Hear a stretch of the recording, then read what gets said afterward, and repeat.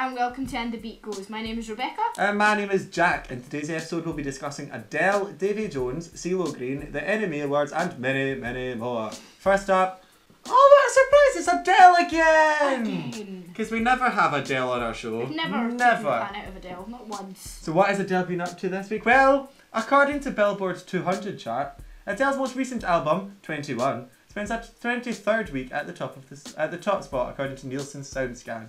It is currently the longest running #1 album, which was released just over a year ago and sold over 19 million copies worldwide. Adele needs another week to tie Prince's Purple Rain soundtrack, which was #1 for 24 weeks in 1984 to 1985. So what do we think about Adele's record? Do we think that it deserves to be at the top spot for this amount of time? Rebecca? I don't know. It's a really good album. It really is. It's a fantastic album, and it definitely should be out Prince's Purple Rain soundtrack because that's been in there too long, and it's a soundtrack. That's all I have to say about that. But at the same time, I need to ask: is the only reason she's kind of that popular and up there because of the award shows she's been in and the performances she's done? I wouldn't say that her popularity was because of the award shows, because Adele was popular long before this. Adele's 19 album also was hugely successful. But I would say that the extent to which the popularity of this particular album goes back to the Brit Awards last year when she sung Someone Like You. And it was a beautiful performance, and it did capture a generation that needed a moment like that. But the first half was out of key and slightly out of time. And she's admitted this herself, boys and girls. It's not like we're just saying this just to be mean, because we're not. We love Adele, as you could tell from the first episode. Which we won't mention because Jack might get sued. I'm always getting sued. It's a part of my daily basis. It's like getting up morning, getting ready for bed, get sued. But no, I think that it's a very well written album. I think the people that say that she wrote this entirely herself are delusional, because deluding themselves ever so there's slightly. always at least one co-writer on every single song, and I think the people need to be clear that she's not written it all by herself. But at a time where people just want to feel close to other people because we're all just separated by the current financial and social climate, I think that she wrote an album that helped us to do that. Yeah, and I think that she needs props for really. that. But at the same time, there's a whole fistful of acts out there that aren't getting seen and aren't getting on the charts because she's very much dominating them at the moment. But at the end of the day, and half of it's musical ability and half of it's publicity, and she's managed to do them both quite beautifully by making herself almost unavailable most of the time. Pretty much. I mean, she's only done 4 music videos and she's had something like 8 singles out. So yeah, I think this is good. People are asking if Whitney Houston's Greatest Hits, which is currently second, will eventually surpass Adele on the charts. It may do, and if it does, then it's probably about time that we got something else overtook her. But I would be more interested if it was Fresh Meat or Fresh Blood, rather than just somebody else touting a Greatest Hits album just because somebody's died. But on the subject of deaths, on the 19th of February, the lead singer of the Monkees, Davy Jones, died of a heart attack. He was only aged 66. The band sold more than 50 million records worldwide, and in 1967 alone, outsold the Beatles and the Rolling Stones. But in 2008, Yahoo Music named Jones the top teen idol of all time. He beat out Britney Spears, he beat out New Kids on the Block, who I did not know who they were till today, and Michael Jackson. And the question would be, really, is he better than the Rolling Stones? Is he better than the Beatles? Does he deserve to still be a teen icon today when there are so many others out there that probably don't get considered at this point in time? Well, I think that the poll wasn't about who is the top teen icon today. Because if it was the top teen icon today, it would probably be Lady Gaga or Justin Bieber or somebody like that. I think that he encapsulated a generation. The reason that they sold so many albums in that particular year was because it was a TV show. It was the first TV show of that kind in the world, therefore it was hugely successful. And with success comes money and comes album deals and comes all that thing. And I think if you look back, they released a couple of albums that year. It wasn't just one album that they managed to sell that amount of things of. But it surprises me that he is the one that people are saying was the top teen icon of all time. I mean, if you look at Lady Gaga, you look at Britney Spears, You look at Elvis was a teen Elvis icon for his was generation, huge. and I would say that he's had a much larger impact on the way that teenagers are marketed towards and the way that teenagers people look at feel music, the music really. and buy the music, and he's actually left a much larger imprint on the musical world than the Monkees. The Monkees were just copies of the Beatles by a TV producer. Mm-hmm. So I think it's unfair to ask which one of these acts are the better musically, because they are different in a lot of respects. It's just my opinion. Fair enough. Whatever keeps you happy, I suppose. But there's plenty of artists out there that should be spoken about, and for example, Cee Lo Green would be one of them. Cee Lo Green is... Crazy. What was the other one, Jack? Forget you. Only 2 songs I know. He's been practicing these all day, so that's next X Factor winner right here. Simon Cowell's My got jazz a lot hands, of money. people. Cee Lo announced that he would be writing a memoir, which is to be published in 2013. But the flamboyant singer has actually earned over 5 Grammy Awards, including traditional R&B performance, which I did not know, and best song in the recent Grammy Awards, which is pretty impressive, really. But the question on my lips, Jack, is, would you, Jack, personally read it? Because I wouldn't. Well, I would rather read it compared to Paris Hilton or Cheryl Cole's But what memoir. what is there for the man to write? Well, this is the thing. I mean, he's been in the music industry for a very long time, so he's obviously got stories about other people that he can write, but as a personality and personally about himself, we know very little to nothing about this man. I know Which nothing. probably shows what is there to actually know about Cee Lo Green in the first place. Not a great deal. Except that he dresses like a very, very strange pimp at times. Or a stormtrooper. He did dress like a stormtrooper at the Glasgows, which was quite interesting. Or possibly a drug dealer, but we won't go there. He's not a drug dealer. Can we just say he's not a drug dealer? He's not, it's fine. Right, the NME Awards, the award show that nobody watches, nobody really talks about except for them, but it's People been a care slow week in music, somewhere. so we're going to talk about them now. On February the 29th, the 2012 NME Awards took place at London's O2 Academy in Brixton. Florence and the Machine took home 2 awards for Best Solo Artist and Best Track for Shake It Out, while punk rock band The Horrors won Best Album for their album Skying. I can't know why they're called The Horrors. because they're horrific. They're horrifying to Horrible. listen to. They make my ears bleed. They're just they're so bad. It's like somebody like Horrifying. took The Cure and Edward Edward Scissorhands, just amalgamated their looks together to create something even worse than the pair of them, and times it by times it by 5. 5. They're awful. Awful That's band. probably why they gave themselves that name, Jack. That's the only reason I can come up for it. I mean, I know it's not particularly nice to say about it, but we need to give you It's something true. to complain about, ladies and gentlemen, at the end of the day, because We you do. make something up. But on a note that you're not going to complain about, Florence and the Machine. What did we think about our new album, Ceremonials? Did it deserve to win Best Album? yeah, is it not a bit of a carbon copy, but not so good version of Lungs? I think that it's a carbon copy of the singles from Lungs, Yeah. but she's now headlining massive festivals, and I think that part of that means that you need to write music for the festival circuit, because you can't sing My Boy Builds Coffins Which is her on a guitar. in front of 200,000 people. It won't wouldn't carry. work. It won't work. So I think that she's made an album out of necessity more than an album out of creativity. She can disagree Musical with need that, over and I creativity. know that she has disagreed with it when people have said it, but I think that it was musical needs more than musical creativity. I don't think that she wrote an album from the heart. I think she wrote an album from her brain and knew that it was going to be something that would sell, and it would sell a lot of tickets. Which it did. It sold marvellously. People knowing that she's on the festival circuit has made festivals rocket in sales this year, really. But That's also got something to do with the fact that there's nobody half decent on the festival circuit this year. no, there really isn't. Just look at the lineup for Tea in the Park, and that's why I'm not going this year. But a band that have recently been kind of in the media a lot for their album titles and such like would be Coldplay. Paradise. See, X Factor winner over here. But this is just an audition, boys and girls. You're just This show is just him creating an audition tape, honestly.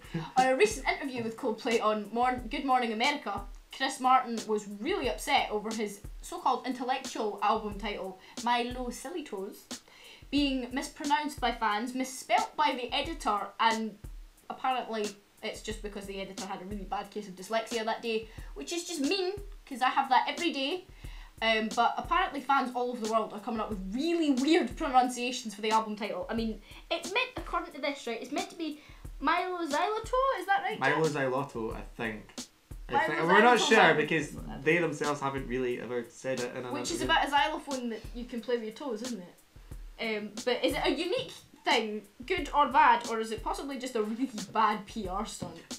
I mean, that's my question. For a PR stunt, you have to be able to, it can't work as a PR stunt because a PR stunt is supposed to get more sales and it's supposed to get more people talking about something. But that does get people talking because it's just it gets you talking, but if you type it into Google, you'll never be able to find it because nobody can spell it. I think, personally, that it's them trying to recapture their early days as Coldplay before they became massive, before they became that horrible word that rock bands hate, commercial. And it's trying to get them to recapture some of that. But the problem is, Chris Martin and Coldplay, if you're going to go on The X Factor, if you're going to go on American Idol, if you're going to go on these massive talent shows and these massive PR stunts, you have to expect that with that will come commercial success, and with that you will be seen completely differently to how you've been seen before, and you are seen now slightly as a bit of a joke by a lot of, not by me, I actually really think that you're quite a really good band, but you're going to start being seen as a bit of a joke. Take it a bit more seriously. If you take yourself that seriously and yet go on the X Factor, which is a bit of a joke. You can't take it seriously and then hit up the X Factor. They don't fit. I think that Chris Martin needs to get a sense of humour. He's not somebody that would fit into our next category, Jack. No! A couple of months ago, it was announced that the Rock and Roll Hall of Fame 2012 class will include Guns N' Roses, Beastie Boys, Red Hot Chili Peppers, and Scottish singer-songwriter Donovan. The ceremony will take place on the 14th of April in Cleveland, Ohio next month. What do we think? Do we think that these people deserve to be in the Rock and Roll Hall of Fame? Not bands like Donovan. Well, not bands, but not singers like Donovan. I don't know who Donovan is. I'll explain Sing later it. on, but I'm not singing it. Oh.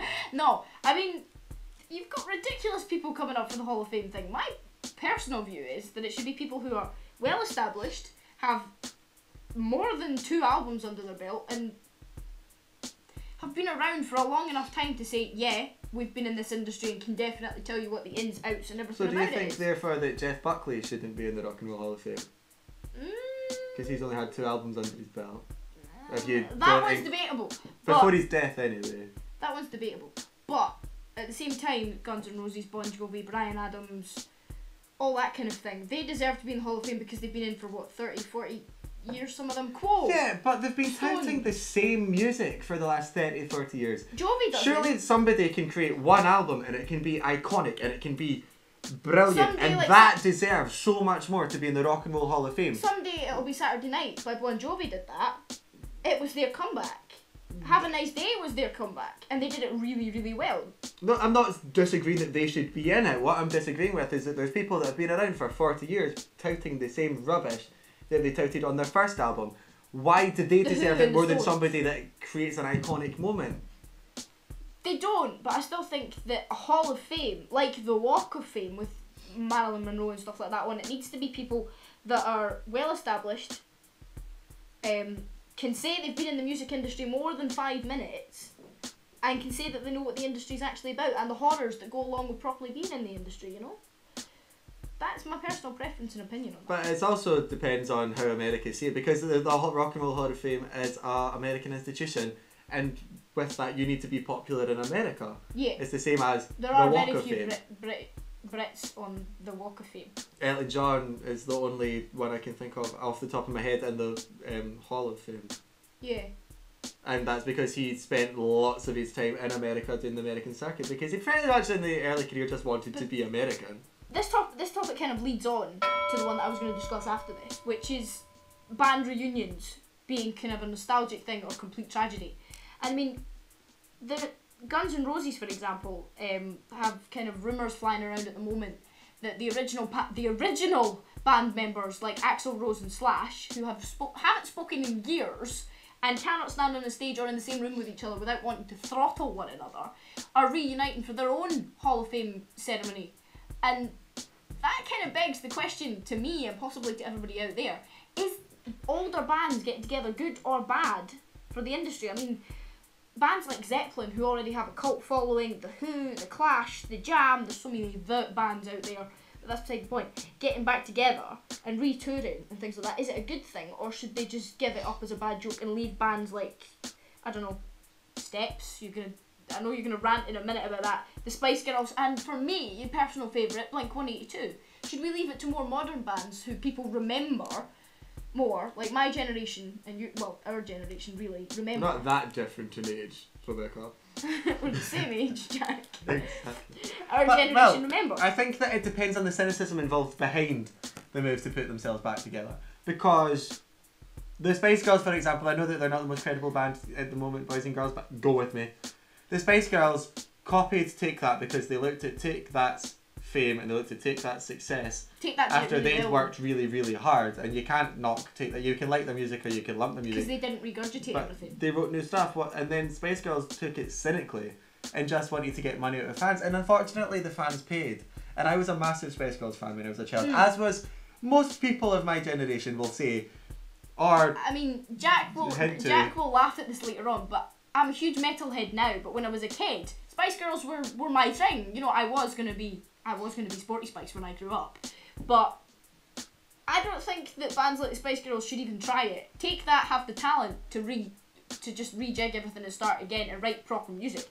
The Spice Girls were pop rubbish and they still are. So is there a cynicism behind Axl Rose and Slash and everybody getting back together, or are they actually getting back together because they want to create music? I think this is the thing that we need to think about is I've had enough, and I know that a lot of people have had enough of people just getting back together for the money, and which is what we're I think falling into the old trap of just thinking, yes, our favourite bands, and it's tapping into that nostalgia, and they're taking advantage of that nostalgia.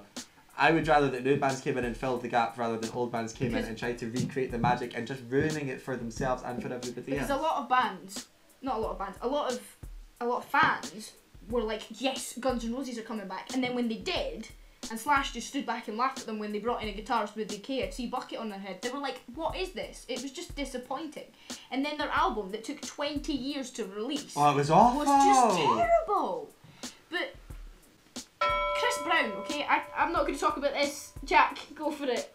Well, why Chris Brown? Just why? Why are you back on the show? You're a bit like Adele. Oh, you just never go away. Right, it seems that Chris Brown can't stay out of the news. The 23-year-old R&B star, who is still on probation for assaulting his former girlfriend Rihanna, made headlines again for allegedly snatching a fan's cell phone because she took a picture of him in Miami. If he's found guilty, he could face up to 4 years in prison. Well, let's be honest, boys and girls, he's not going to be found guilty and he's not going to go to prison because he's Chris Brown and he's got a #1 single. Get a slap on the wrist and get told, don't do that again, and that'll be that.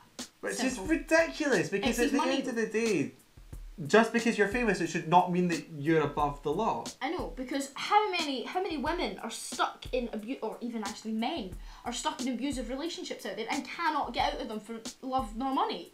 Well, that's the whole Rihanna and Chris Brown debate, isn't it? I mean, allegedly they're back together. We have to use the word allegedly until they officially come out with it. Which, on Rihanna's part, is just silly. And what's more infuriating is it's the public. They're doing it so publicly. Yeah, they're not making a secret of it. It's all over the place, and I think that I think personally, Rihanna, you're setting a very bad example to a lot of people that have been abused in relationships, and I think that you need to start taking. I don't care if you think that you're a rock star, Rihanna, just because you have bad hair and you wear no clothes. You need to take responsibility for the fact that there are millions of children and there are millions of young people out there that could be in similar situations as you. And you're setting you're a role model, whether you want to be or not. You're a role model. Setting a terrible, terrible example for teenagers and older women alike, who, like I said 2 minutes ago, are fighting love, money, tooth and nail to get out of relationships that are destroying them. And she's just saying in front of the media that doesn't matter, which, to be quite frank, annoys me. It's all getting a bit loose women, isn't it? It is a wee bit, so we're just going to move on. From one really bad romance to another really bad romance. Lady Gaga, who has a new hit milestone on Twitter, having 20 million, as my producers put here, twits, but I think he means tweets, now following her. The rest of the top 5 are held by Rihanna, Shakira, Katy Perry, and, if he was a woman, Justin Bieber. Well, yeah, lesbian. So, I mean, that's a big deal. 20 million tweets is a big deal, and I am one of those 20 million tweets. I am also one of those 20 million tweets, children. We love her. I do, I really like... Because, and there are reasons why I really enjoy her. Because she was the first person to take on the whole Twitter thing and do it well, and she was the first person to like market herself on Facebook and YouTube and create a media storm around her as an artist. And you can be cynical and say it's because she wears ridiculous outfits, but at the end of the day, she's made her life out of this, because you've never once seen her in a tracksuit walking down Morrison's, have you? No, I mean, who needs to go to Morrison's when you've got the meat on her? Oh, she can wear my meat any day she wants. Yeah. But I mean, I personally think she's fabulous, and our crew backstage are laughing at Jack right now. It's kind of funny. I personally think she's just a genius. She is the new chameleon of music, in my opinion. She's our generation's Bowie, and the people that had Bowie before it are going to say no, she's not, but she is. She's our generation's Bowie. She's fantastic. And our generation's Madonna, but the less we talk about Madonna, the better on this show, boys Jack and girls. really will get us locked up if we do that. But that's a wrap of the second episode of And the Beat Goes. So please check out our website, atbg.co.uk, and our Facebook page. Please like it if you can, facebook.com/atbg online, if I can get my words out.